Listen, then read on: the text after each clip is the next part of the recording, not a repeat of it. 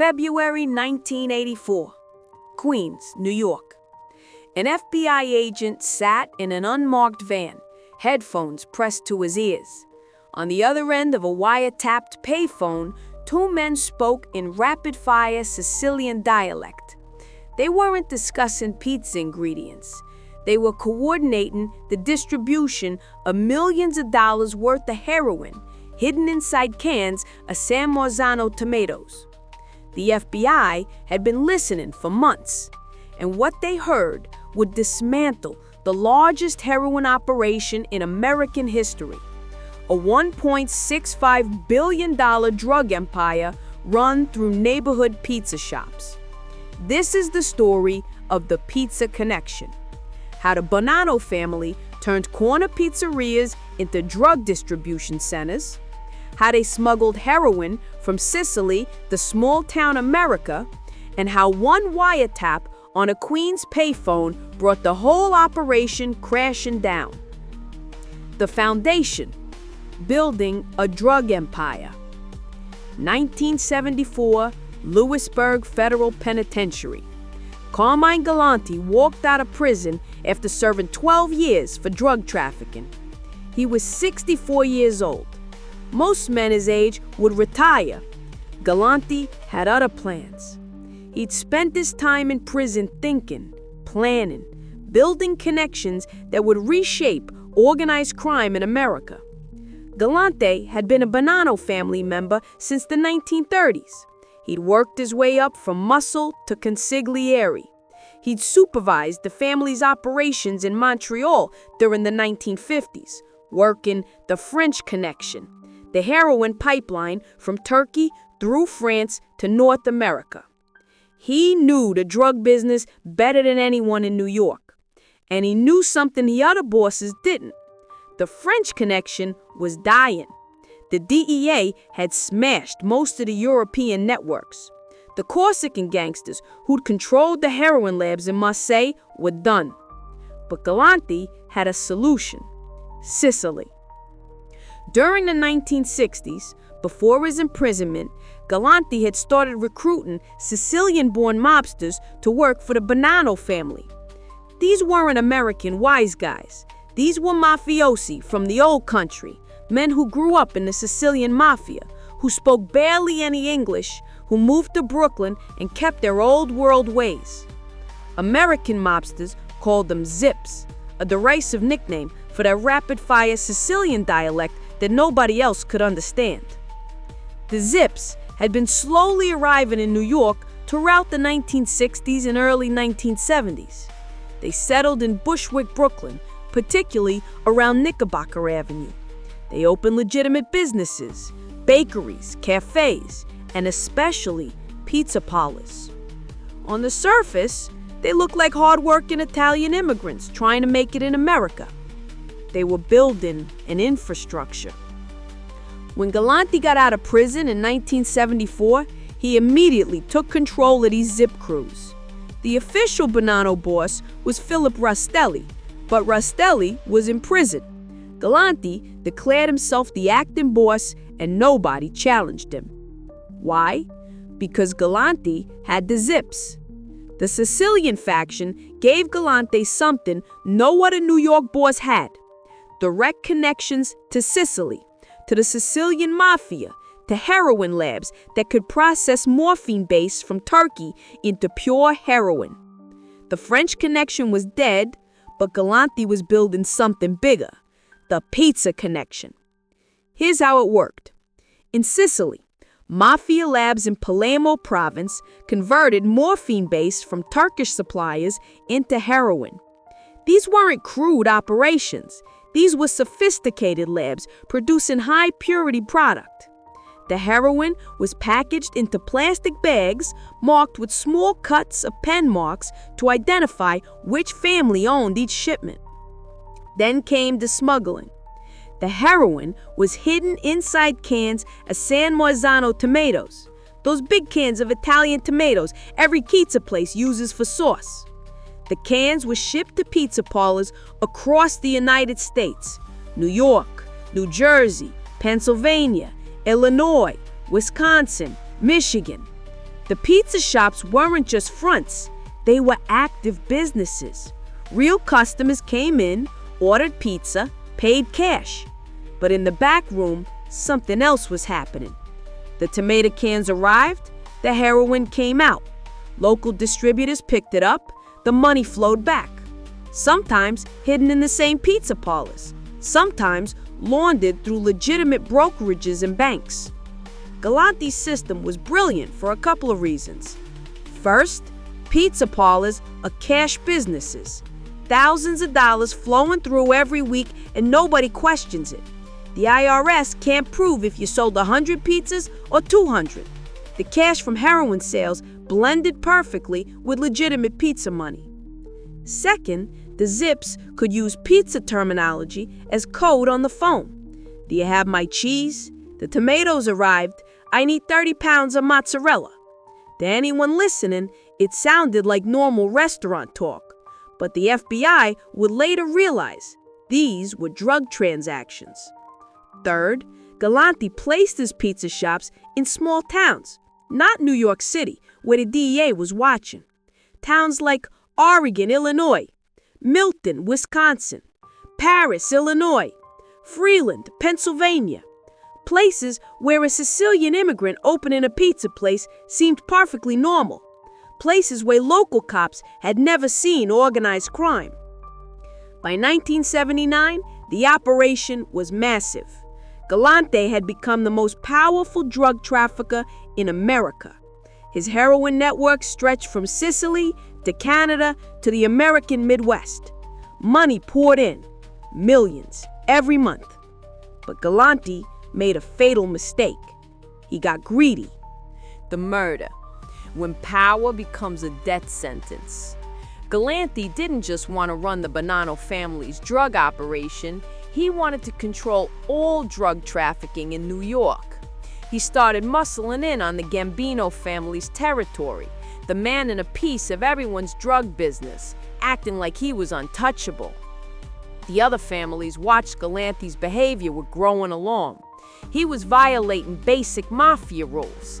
The commission, the ruling body in New York's 5 families, was supposed to approve major decisions. Galante ignored them.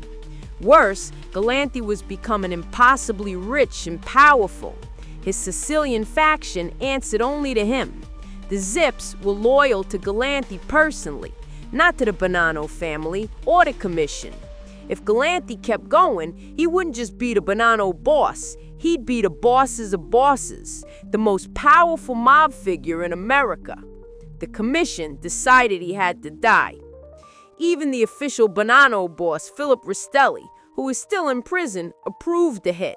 Galante had taken over Rastelli's family and treated him like he didn't exist.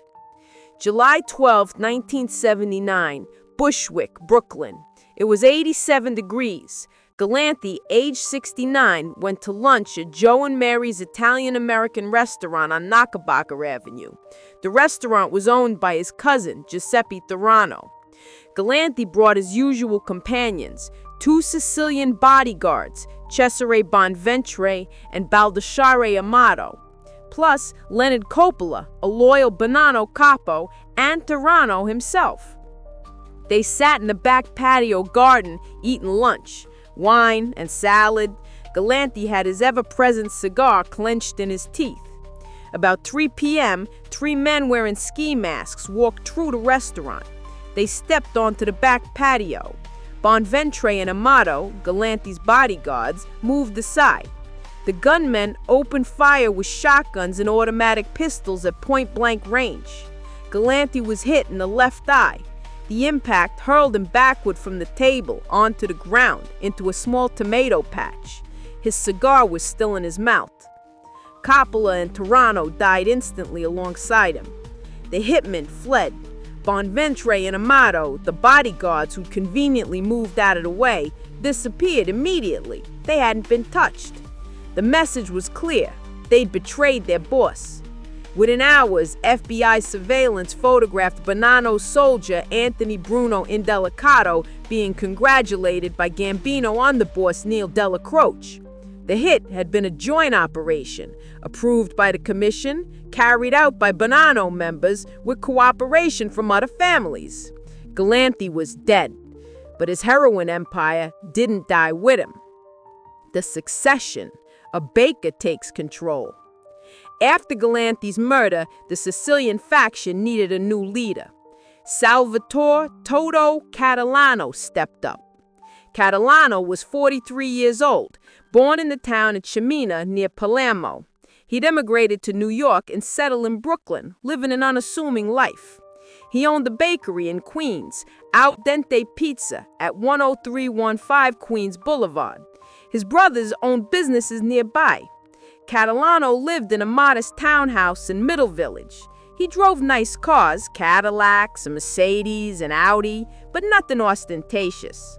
To outsiders, he was just another successful immigrant businessman. To the FBI, he was invisible. But within the Sicilian Mafia, Catalano was a made man with impeccable credentials. His family in Sicily had deep Mafia connections. He'd been placed in America specifically to run the drug operation. After Galante's death, Catalano briefly became the acting boss of the entire Bonanno family. It didn't last long. He couldn't communicate well enough with the American-born mobsters. His English was limited, his Sicilian dialect thick. Within a few years, leadership passed back to Rastelli. But Catalano retained control of what mattered, the drug operation. He had two key partners, Giuseppe Pino Ganzi, age 50, born in San Giuseppe Giotto, Sicily, a short, thick-set man who lived around the corner from Catalano's bakery in Middle Village. Ganzi was Catalano's chief lieutenant, his eyes and ears on the street. And Cesare Bonventre, who'd been one of Galante's bodyguards. Bonventre was 6'4", unusually tall for a Sicilian. At 26, he was young, ambitious, and ruthless. He and his cousin Baldo Amato ran high-stakes baccarat games at Cafe Viel on Nacabaca Avenue. These three men, Catalano, Ganzi, and Bonventre, formed the core of the new operation. Under Catalano's leadership, the pizza connection expanded. More pizza shops opened across the country. More heroin shipments arrived. The connection to Sicily grew stronger. But they made one critical change. They became obsessed with security. Catalano and his crew never discussed business in their homes or businesses. They never used regular phones. Instead, they used public pay phones. There was a payphone down the street from Catalano's bakery on Queens Boulevard. Catalano spent hours there every day, making and receiving calls. Ganzi did the same from payphones near his house. Bonventre and Amato had their favorite phones in Brooklyn. They rotated between multiple phones, never using the same one twice in a row. They spoke in Sicilian dialect, using code words. Shirts meant heroin. Suits meant money. Pizza terminology filled their conversations. They thought they were untouchable. They were wrong. The investigation, when the FBI started listening. 1976, Brooklyn. A man walked into a Bonanno social club on Madison Street. His name was Donnie Brasco. He said he was a jewel thief, a burglar, looking to make connections with the mob. His real name was Joseph Pistone. He was an FBI agent.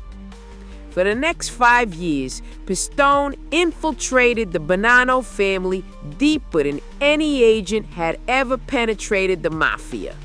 He became friends with Benjamin Lefty Ruggiero, a longtime soldier who introduced them around. During those years, Pistone heard things. He heard about the Zips, the Sicilian faction that the American mobsters didn't trust. He heard that they were the meanest killers in the business. He heard about heroin operations. One day, Lefty pointed out a man to Pistone, Salvatore Catalano. Lefty said Catalano had been granted the concession for heroin for the entire United States. Pistone passed this information to his FBI handlers. The FBI was interested. An agent named Carmine Russo had already been watching the Sicilian faction. Russo worked organized crime in New York. He'd noticed the Zips, these Sicilian immigrants who hung around together, spoke their dialect, ran their own crew. Russo suspected drug activity, but he couldn't prove it. When Pistone's intelligence came in, it confirmed Russo's suspicions. Catalano was running a major heroin operation. The FBI began surveillance. They watched Catalano's bakery. They watched Ganzi's movements. They watched Bonventre and Amato at their Knickerbocker Avenue haunts. The Sicilians were cautious. They never carried drugs themselves. They never discussed business where they could be overheard. But they used those payphones. The FBI installed pen registers, devices that record which numbers are dialed from a phone. The pen registers showed something remarkable. These guys were calling all over the country: Illinois, Wisconsin, Pennsylvania, New Jersey, and frequently to numbers that trace back to other suspected drug dealers. In 1982, the FBI received official authority to investigate drug cases, concurrent jurisdiction with the DEA. The Bureau decided to focus on exactly this kind of case: large-scale drug trafficking tied to organized crime. The FBI went to federal court and got approval for wiretaps. They tapped the payphones, and suddenly they could hear everything. The conversations were in Sicilian dialect, so the FBI brought in translators. What they heard was extraordinary. Hours upon hours of coded discussions about drug shipments, money transfers, distribution networks. The men never said heroin, but the context was unmistakable. The shirts arrived. Heroin shipment. Did you get my cheese? Money payment. 30 pounds of tomatoes. 30 kilos of heroin. The FBI listened, documented, built their case. But they still couldn't connect the Sicilians directly to the drugs. Then they got lucky. February 1984, a DEA agent in Philadelphia contacted the FBI. He was working a Sicilian pizza shop owner who was dealing multi-kilo quantities of heroin. The DEA agent had made undercover buys. When the FBI checked their pen registers, they found something remarkable. That Philadelphia pizza shop owner had been calling the payphones in Queens, the same phones Catalano and Ganzi used. The connection was made. The FBI now had proof. The Sicilian pizza shop owners across the country were part of one network, and that network led back to Catalano in Queens. But Catalano wasn't the top. The FBI kept investigating. International cooperation became crucial. Italian authorities were running their own investigations into Sicilian Mafia drug trafficking. Spanish police were tracking suspicious Sicilians in Madrid. The pieces started coming together. The top man wasn't in New York at all. It was Gaetano Badalamenti, a former boss of the Sicilian Mafia, exiled from Sicily in 1978 by rival families. Badalamenti had continued running drug operations from abroad. He moved constantly: Spain, Switzerland, Brazil. His nephew, Pietro Alfano, ran operations in the Middle West from Illinois. Badalamenti supplied the heroin. Catalano distributed it in America. By early 1984, the FBI had built an overwhelming case. Thousands of hours of wiretap conversations, physical surveillance photos, financial records showing money laundering through banks and brokerages, testimony from confidential informants, international cooperation from law enforcement in a dozen countries. It was the most complex drug investigation in American history.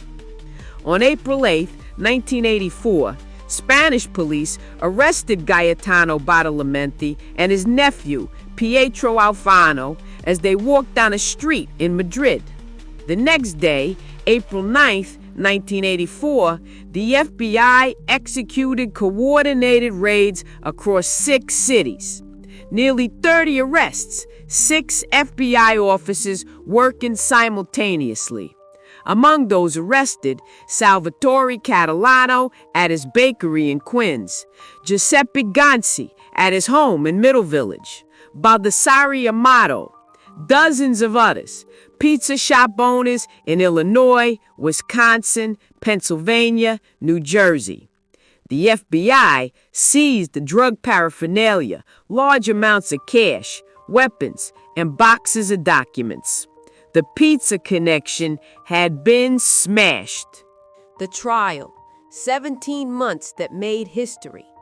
September 30th, 1985, United States District Court, Southern District of New York. 22 defendants sat in the courtroom, all Sicilian-born men. The trial was about to begin. Nobody knew it would last 17 months, the longest criminal jury trial in United States history. The prosecution team was led by Assistant U.S. Attorneys Richard Martin, Louis Freeh, who would later become FBI Director, Robert Stewart, Robert Bucknam, and Andrew McCarthy. They'd spent over a year preparing, gathering evidence from around the world. The evidence was staggering. Testimony from 300 witnesses, evidence from 55,000 wiretapped conversations, physical surveillance footage and photos, financial records, drug seizure reports. The trial transcript would eventually fill 41,000 pages. The government's case was simple. These 22 men were part of a vast conspiracy that imported $1.65 billion worth of heroin into the United States between 1975 and 1984. They'd used pizza parlors as fronts. They'd laundered money through banks and brokerages. They operated across 4 continents. The lead defendants were Gaetano Badalamenti, the former Sicilian Mafia boss, and Salvatore Catalano, his American counterpart. The trial had challenges from day one. Many defendants spoke limited English. Translators were needed constantly. The jury had to sit through hours of wiretap conversations in Sicilian dialect read from English translations. Louis Freeh made an innovative decision. He had actors read the wiretap transcripts aloud, performing the dialogue. It helped the jury follow the complex coded conversations. The prosecution called key witnesses. Joe Pistone, Donnie Brasco, testified about his undercover work. He explained how Lefty Ruggiero had pointed out Catalano and said he controlled heroin distribution for the entire United States. Tommaso Buscetta testified. Buscetta was a Sicilian Mafia member turned informant. He'd been captured in Brazil in 1984. He didn't have direct knowledge of the pizza connection, but he explained Mafia structure, rules, and how the Sicilian families controlled drug trafficking. Salvatore Contorno testified, another Sicilian informant. Contorno testified he'd attended a 1980 meeting in Sicily where several defendants discussed heroin. He'd seen them test heroin samples, pouring white powder onto a hot plate, checking purity. Those same samples were later seized by the DEA. The defense argued the prosecution was wrong. These were legitimate businessmen. The coded language on the phones was innocent. The evidence was circumstantial, but the evidence was overwhelming. The trial had dramatic moments. December 1st, 1985, 3 months into the trial, defendant Gaetano Mazzara was murdered in New Jersey, shot to death. Nobody was ever charged. It was likely internal mafia violence, friction between Catalano and Badalamenti's factions over money. February 11, 1987, 1 month before the verdict, defendant Pietro Alfano was shot and crippled while shopping in Greenwich Village. He survived but ended up in a wheelchair. This was retaliation for Mazzara's murder. The Mafia was eating itself. 2 defendants pleaded guilty to lesser charges during the trial. On March 2nd, 1987, after 17 months, the jury delivered their verdicts. 18 of the remaining 19 defendants were convicted. The only acquittal, Vito Badalamenti, Gaetano's son. He'd been arrested with his father in Spain, but the evidence against him personally was weak. Everyone else, guilty. Guilty of conspiracy to import and distribute heroin, guilty of RICO violations, guilty of money laundering. The courtroom was silent as the verdicts were read. 18 guilty verdicts, one after another. June 22, 1987, Judge P.L. Laval handed down sentences. 5 defendants received 45 years in prison, the maximum.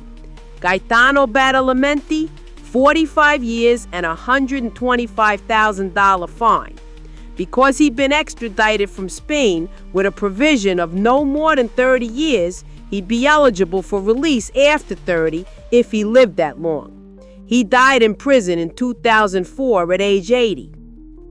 Salvatore Catalano, 45 years, $1.15 million fine, and $1 million in restitution. The baker from Queens who ran the American operation. He served 25 years and was deported to Sicily in 29. He's still alive, arrested again in Sicily in 2024 for extortion at age 33. The other 13 defendants received sentences between 12 and 35 years. The pizza connection was over. The aftermath, how one case changed everything. The Pizza Connection trial accomplished something prosecutors never done before. It didn't just convict individual criminals, it destroyed an entire criminal enterprise that spanned 4 continents. The Bonanno family drug operation, built over 2 decades, generating billions, was gone overnight. But the case's impact went beyond just one trial. The Pizza Connection became a template for how to fight organized crime in the modern era. First, it proved the power of international cooperation. The FBI worked with police in Italy, Spain, Switzerland, Turkey, Brazil, Canada, and a half-dozen other countries. Evidence gathered in Sicily was used in New York courtrooms. Arrests in Madrid triggered raids in Queens. This was 1984, before email, before the internet.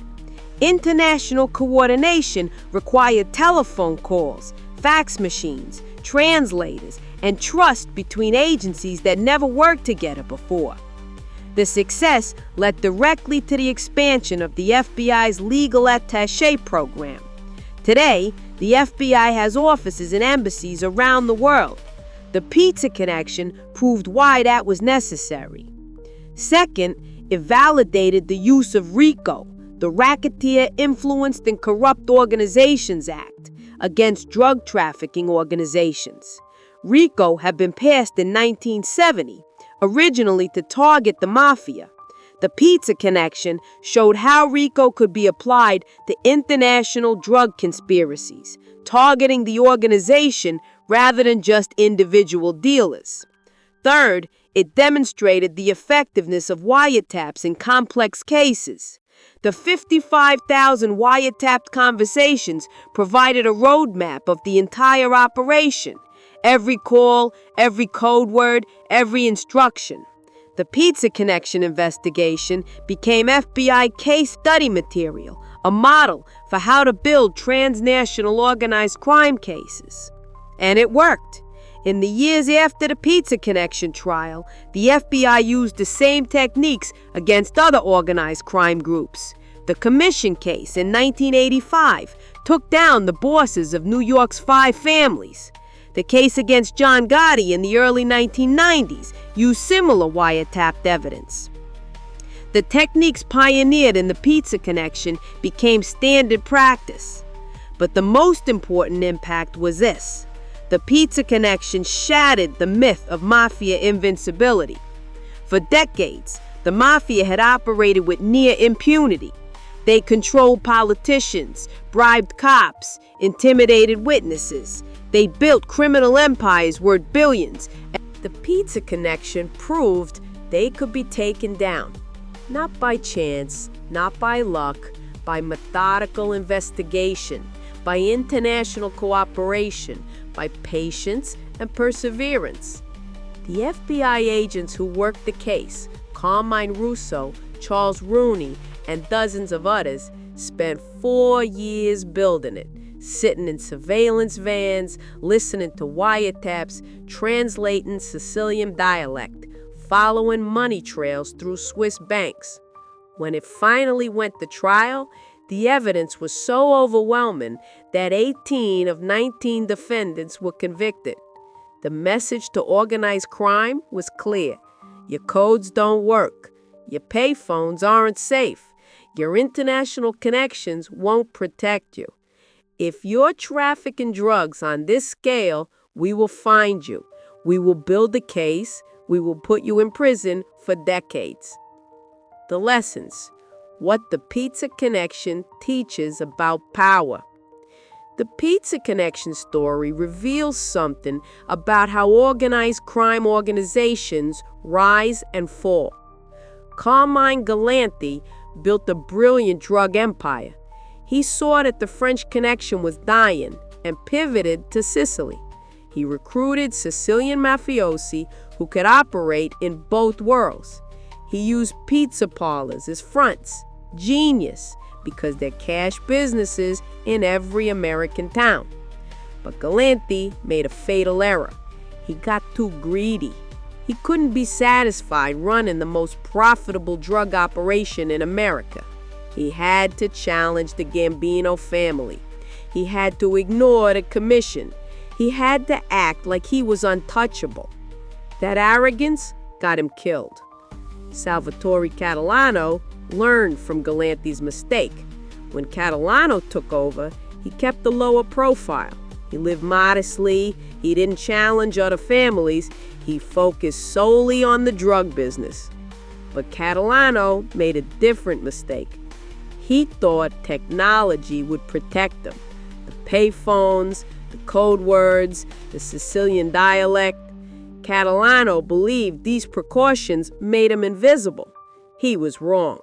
The FBI simply adapted.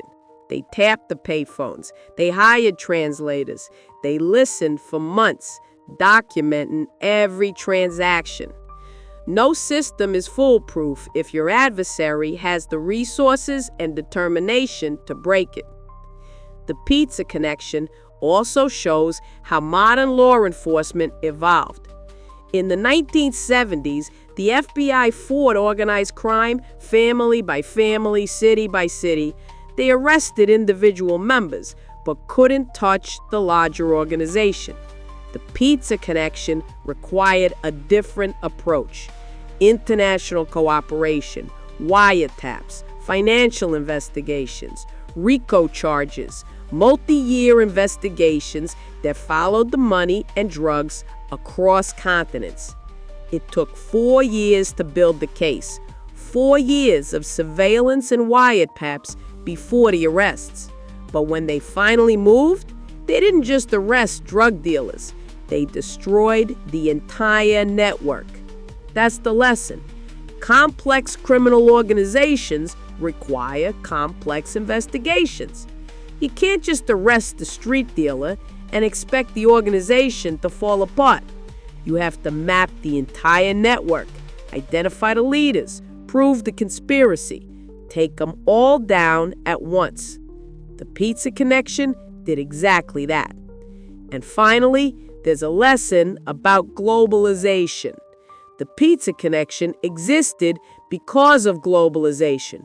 Turkish morphine base, Sicilian heroin labs, American distribution networks, Swiss bank accounts. Galanti and Badalamenti built a true multinational corporation, except their product was heroin. To fight it, law enforcement had to become global too. The FBI couldn't just work in New York. They needed partners in Rome, Madrid, Zurich, and Istanbul. That international cooperation, pioneered in the pizza connection case, became the blueprint for fighting 21st century organized crime. Today's transnational criminal networks, drug cartels, human traffickers, cyber criminals, all require the same approach. Build relationships, share intelligence, coordinate across borders. The pizza connection proved it could be done. The pizza connection stands as one of the most significant organized crime cases in American history. It dismantled a $1.65 billion drug empire that had operated for nearly a decade. It resulted in 18 convictions after the longest criminal trial in U.S. history. It established the investigative techniques still used today to fight transnational organized crime. And it proved something prosecutors had long hoped. Even the most sophisticated criminal organizations can be beaten. You just need a wiretap, patience, and international cooperation. If you want to understand how modern organized crime investigations work, how the FBI takes down international drug cartels, money laundering operations, and criminal networks, study the pizza connection. Because everything law enforcement does today to fight transnational crime started with one FBI agent, a wiretap payphone on Queens Boulevard, and two Sicilian gangsters who thought their code words would keep them safe. They were wrong. And that one wiretap changed everything.